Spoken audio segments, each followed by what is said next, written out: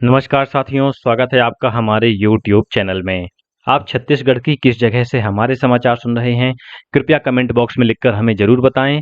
साथ ही हमारे चैनल को सब्सक्राइब करना ना भूलें। रायपुर से प्रस्तुत हैं छत्तीसगढ़ के प्रादेशिक समाचार। समाचारों के साथ मैं विपिन शुक्ला। पहले मुख्य समाचार। बीजापुर जिले में सुरक्षा बलों के साथ मुठभेड़ में एक माओवादी मारा गया।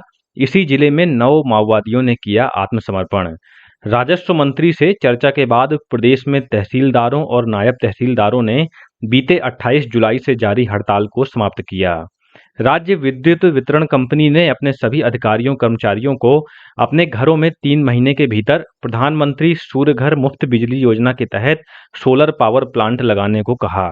और मौसम विभाग के अनुसार आगामी 8 और 9 अगस्त को प्रदेश के विभिन्न जिलों में हो सकती है व्यापक वर्षा। अब समाचार विस्तार से। बीजापुर जिले में कल सुरक्षा बलों के साथ हुई मुठभेड़ में एक माओवादी मारा गया। ये मुठभेड़ गंगालूर क्षेत्र में उस समय हुई जब डिस्ट्रिक्ट रिजर्व गार्ड डीआरजी और स्पेशल टास्क फोर्स एसटीएफ की संयुक्त टीम तलाशी अभियान पर थी। इस दौरान जंगल में घात लगाए बैठे माओवादियों ने सुरक्षा बलों पर गोलीबारी शुरू कर दी। जवानों द्वारा की गई जवाबी कार्रवाई में एक माओवादी मारा गया है। सुरक्षा बलों ने घटना स्थल से मारे गए माओवादी के शव के साथ ही हथियार भी बरामद किए हैं। इस बीच बीजापुर जिले में ही कल 9 माओवादियों ने पुलिस के समक्ष आत्मसमर्पण कर दिया। इनमें से 6 माओवादियों पर कुल 24 लाख रुपए का इनाम घोषित था। आत्मसमर्पण करने वाले सभी माओवादियों को राज्य सरकार की पुनर्वास नीति के तहत 50-50 हजार रुपए की प्रोत्साहन राशि प्रदान की गई। बीजापुर के अतिरिक्त पुलिस अधीक्षक रविंद्र कुमार मीणा ने बताया कि शासन की पुनर्वास नीति से प्रभावित होकर अब बड़ी संख्या में माओवादी हिंसा त्याग कर समाज की मुख्य धारा में शामिल हो रहे हैं। राज्य में बीते 28 जुलाई से जारी तहसीलदारों और नायब तहसीलदारों की हड़ताल समाप्त हो गई है। ये अधिकारी अपनी 17 सूत्रीय मांगों को लेकर हड़ताल पर थे। राजस्व विभाग के वरिष्ठ अधिकारियों ने कल रायपुर में राजस्व संघ के पदाधिकारियों के साथ बैठक की। बैठक में शासन की ओर से कुछ मांगों पर विचार करने का आश्वासन देने के बाद राजस्व अधिकारियों ने अपनी हड़ताल खत्म करने की घोषणा की। राजस्व मंत्री टंकराम वर्मा ने मीडिया से बात करते हुए कहा कि शासन की ओर से राजस्व अधिकारियों को ये आश्वासन दिया गया कि सरकार उनके हित में निर्णय लेगी। मुख्यमंत्री विष्णुदेव साय ने छत्तीसगढ़ में प्रधानमंत्री सूर्य घर मुफ्त बिजली योजना को प्रोत्साहित करने के निर्देश दिए हैं। योजना के तहत roof top solar power plant स्थापित करने के लिए केंद्र और राज्य सरकार द्वारा 1 किलोवाट पर 45,000 और 3 किलोवाट पर 1,08,000 रुपए तक का अनुदान दिया जाएगा। श्री साय ने कहा कि प्रधानमंत्री सूर्य घर मुफ्त बिजली योजना का उद्देश्य लोगों को बिजली के क्षेत्र में आत्मनिर्भर बनाना और मासिक बिजली बिल में कमी लाना है। राज्य के उप मुख्यमंत्री अरुण साव ने कहा कि सरकार लोगों को roof top solar power plant लगाने के लिए प्रोत्साहित कर रही है। इस बीच छत्तीसगढ़ राज्य विद्युत वितरण कंपनी लिमिटेड के मुख्य अभियंता ने बताया कि विद्युत कंपनी के सभी नियमित अधिकारी कर्मचारियों को अपने आवासीय परिसरों में 3 महीने के भीतर roof top solar power plant लगाने की सलाह दी गई है। ऐसा नहीं करने वालों पर बिजली बिल में विशेष रियायत की सुविधा को स्थगित किए जाने पर विचार किया जाएगा।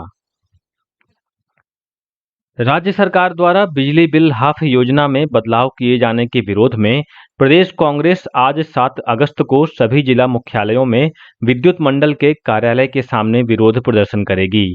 प्रदेश कांग्रेस अध्यक्ष दीपक बैज ने कहा है कि बिजली बिल हाफ योजना बंद करने के फैसले के खिलाफ कांग्रेस द्वारा चरणबद्ध आंदोलन किया जाएगा।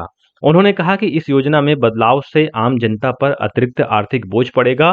कांग्रेस इस योजना को पहले की तरह लागू करने की मांग कर रही है। भारत स्काउट्स और गाइड्स छत्तीसगढ़ द्वारा प्रदेश भर में एक राखी सैनिक भाइयों के नाम अभियान चलाया जा रहा है। इस अभियान के तहत राज्य के सभी जिलों के बुलबुल गाइड और रेंजर बहनों द्वारा अपने हाथों से बनाई हुई राखियां सैनिक के लिए प्राप्त हुई हैं, जिन्हें सीमा पर तैनात सैनिकों को भेजा जा रहा है। कल इस संगठन के प्रतिनिधिमंडल ने मुख्यमंत्री विष्णुदेव साय से रायपुर स्थित उनके निवास कार्यालय में मुलाकात की और इस अभियान के बारे में जानकारी दी। मुख्यमंत्री ने इस अभियान की सराहना करते हुए कहा कि इस पहल से बच्चों में देशभक्ति की भावना बढ़ेगी और हमारे जवानों को भी भावनात्मक संबल मिलेगा। इस बीच बिलासपुर जिले के सरकंडा में भारत स्काउट्स और गाइड्स द्वारा आयोजित राज्य स्तरीय कब बुलबुल उत्सव और हीरक पंख जांच शिविर का कल समापन हुआ। 3 दिवसीय इस शिविर में प्रदेश के 15 जिलों से चयनित लगभग 400 कब बुलबुल सहित 31 अधिकारी शामिल हुए। शिविर में फैंसी ड्रेस, जंगल नृत्य, ड्राइंग और पेंटिंग सहित विभिन्न रचनात्मक और सांस्कृतिक प्रतियोगिताओं का आयोजन किया गया। देश भर में 2 से 15 अगस्त तक हर घर तिरंगा अभियान का आयोजन किया जा रहा है। छत्तीसगढ़ में ये अभियान 3 चरणों में आयोजित किया जा रहा है। पहले चरण के तहत 2 से 8 अगस्त तक विद्यालयों और सार्वजनिक स्थलों में तिरंगा आर्ट, रंगोली, तिरंगा राखी निर्माण जैसी प्रतियोगिताएं आयोजित की जा रही हैं। दूसरे चरण के तहत 9 से 12 अगस्त के दौरान जगह जगह जन सहभागिता से तिरंगा मेले और कंसर्ट आयोजित किए जाएंगे। वहीं तीसरे और अंतिम चरण के तहत 13 से 15 अगस्त तक शासकीय भवनों, शैक्षणिक संस्थानों सहित विभिन्न जगहों पर तिरंगा फहराया जाएगा और रोशनी की जाएगी। इस दौरान लोगों को स्वच्छता और जल संरक्षण के बारे में जागरूक भी किया जाएगा। बिलासपुर जिले के सीपत स्थित राष्ट्रीय ताप विद्युत निगम एनटीपीसी में कल हुए हादसे में एक मजदूर की मौत हो गई, जबकि 4 अन्य मजदूर घायल हुए हैं। एनटीपीसी के जनसंपर्क अधिकारी प्रवीण रंजन ने बताया कि ये हादसा उस समय हुआ जब एनटीपीसी प्लांट के यूनिट 5 में वार्षिक रखरखाव का कार्य चल रहा था। घटना से आक्रोशित स्थानीय लोगों और मजदूर संगठनों ने सीपत मार्ग पर चक्का जाम कर प्रदर्शन किया। Asian African Pacific power lifting championship की स्वर्ण पदक विजेता नमी राय पारेख ने कल मुख्यमंत्री विष्णुदेव साय से रायपुर स्थित उनके निवास कार्यालय में मुलाकात की। नमी राय ने 5 से 13 जुलाई तक जापान के हिमेजी में आयोजित Asian African Pacific power lifting championship में 57 किलोग्राम डेड लिफ्ट वर्ग में स्वर्ण पदक हासिल किया था। मुख्यमंत्री ने इस उपलब्धि के लिए नमी राय पारेख को बधाई देते हुए कहा कि इससे प्रदेश की बेटियों को प्रेरणा मिलेगी। और अब पेश है मौसम का हाल। मौसम विभाग के अनुसार प्रदेश में 8 और 9 अगस्त को व्यापक वर्षा हो सकती है। मौसम विज्ञानी एचपी चंद्रा ने बताया कि अगले 24 घंटों के दौरान अनेक स्थानों पर हल्की से मध्यम वर्षा होने की संभावना है। इस बीच महासमुंद जिले के मूढ़ीपार गांव में कल दोपहर आकाशीय बिजली गिरने से खेत में काम कर रहे पति पत्नी की मौत हो गई, वहीं एक अन्य व्यक्ति झुलस गया। गंभीर रूप से घायल इस व्यक्ति को अस्पताल में भर्ती कराया गया है।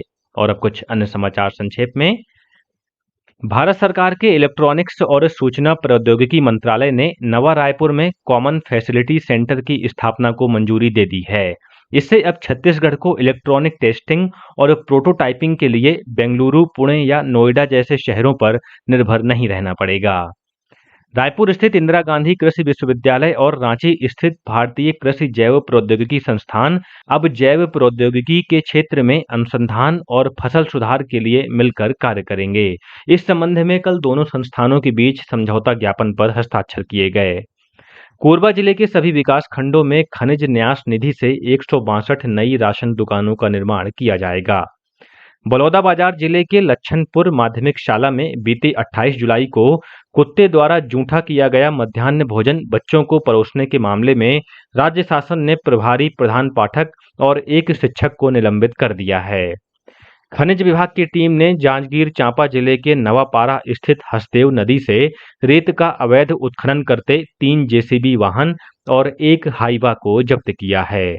और जसपुर जिले के लोदाम क्षेत्र में वाहनों की जांच के दौरान पुलिस ने एक ट्रक से करीब 30 लाख रुपए कीमत का अवैध तमाकू गुटखा जब्त किया है। इसी के साथ रायपुर से प्रसारित छत्तीसगढ़ के प्रादेशिक समाचारों का ये बुलेटिन समाप्त हुआ। नमस्कार।